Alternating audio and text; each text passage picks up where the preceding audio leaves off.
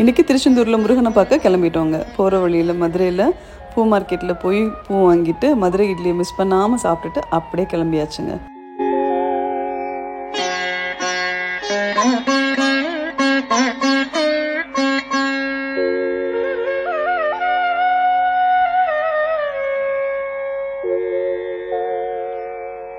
ஓம் ஷண்முக பதயே நமோ நம. ஓம் ஷண்மத பதயே நமோ நம. திருச்செந்தூர் வரப்போகிறோன்னு தூத்துக்குடியிலே நமக்கு உப்பளம் வரவேற்க ஆரம்பிச்சிடும்.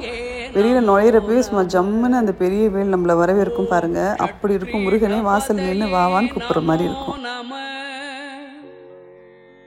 ஓம் ஷட்கோண பதயே நமோ நம.